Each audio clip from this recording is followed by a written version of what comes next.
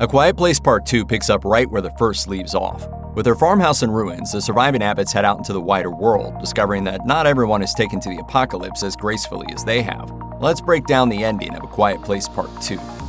Writer, director, and star John Krasinski calls the Quiet Place films a love letter to his children, and when A Quiet Place Part 2 ends, it's easy to see why. While the first movie is all about the sacrifices parents make to keep their children safe, the second sees the Abbot kids step up and become the heroes, with both Reagan and Marcus managing to defeat a death angel. In both cases, the kids are protecting the adults around them, reversing the roles of the previous film when they needed their parents' protection.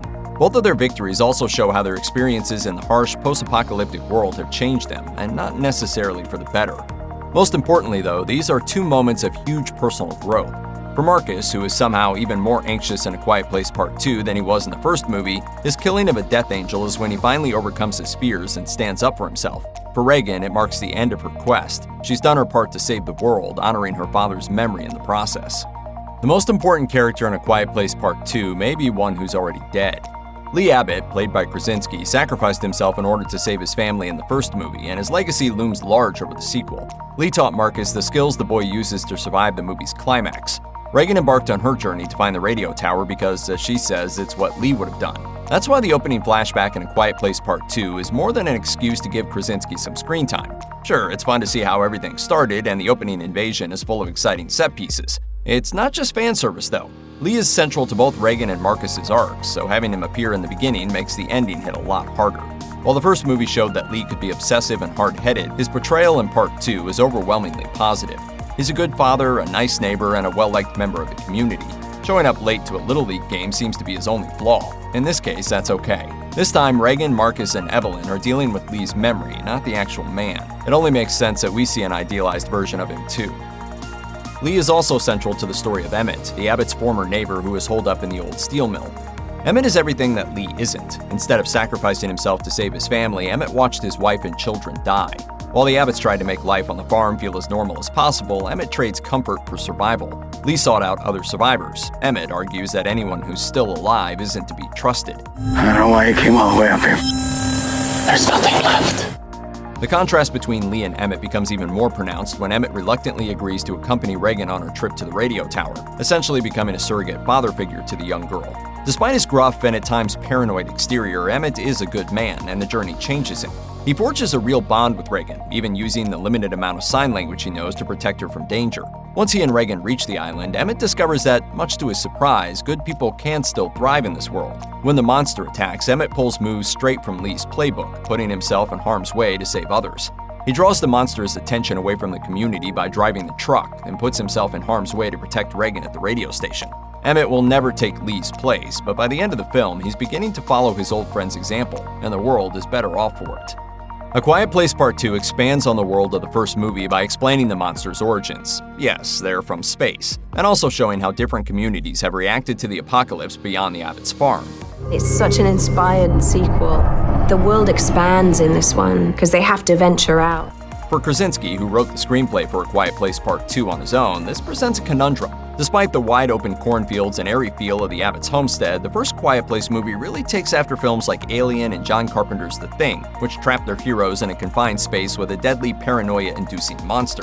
Going outside the farm threatens to upend that balance, robbing the sequel of everything that makes the franchise special. Krasinski's solution to this problem is clever.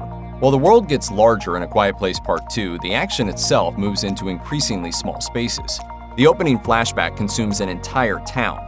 The first steps in the Abbot's journey take them into the wilderness. From there, they move to the steel mill and then a small bunker inside. By the time Marcus and Evelyn reach the movie's climax, they're trapped in a cramped vault. Similarly, Reagan and Emmett go from upstate New York to a remote, isolated island and end up making their final stand in a tiny radio station. In this way, Krasinski ratchets up the claustrophobic tension that defined the first movie, even while broadening the series' mythology at the same time. A Quiet Place Part 2 plays on the confined atmosphere of the first movie in another way, too. In Part 2, all of the characters are trapped, sometimes literally. Marcus steps on an actual bear trap. Emmett has a rope tied around his neck, restricting his movement. Reagan ends up cornered in an old train. An entire community is stuck on an island with nowhere to run when a monster attacks. Baby Abbot is kept in a box, and Marcus locks himself in the vault under the steel plant. But the characters are mentally trapped, too. Marcus is dominated by his fear, Emmett is haunted by his inability to save his family, Reagan's sense of obligation and the example set by her father can't be escaped. Evelyn isn't exactly shackled to her family, but as the one who ensures their survival, she's forced to undertake some risky missions, at least until the kids prove they can protect themselves. In that light, Reagan's quest takes on a different connotation.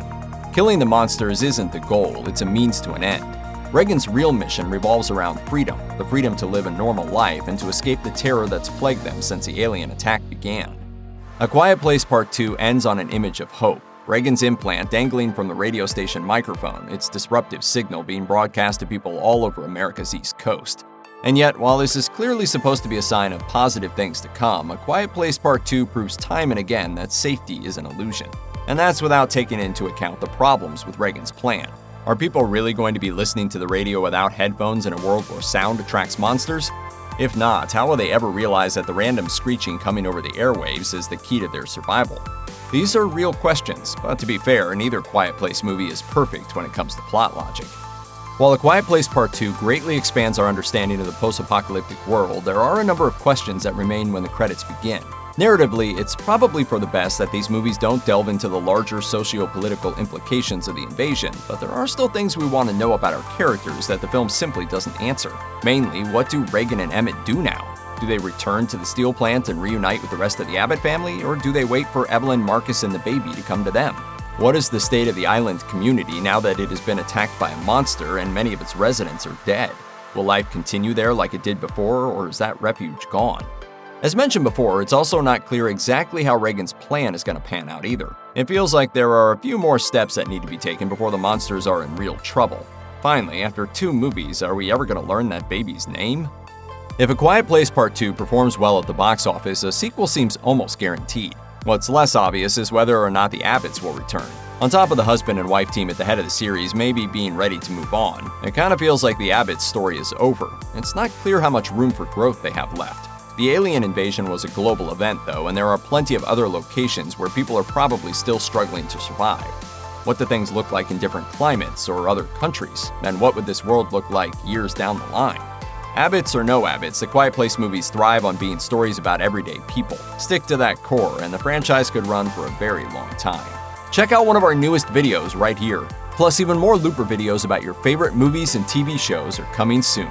Subscribe to our YouTube channel and hit the bell so you don't miss a single one.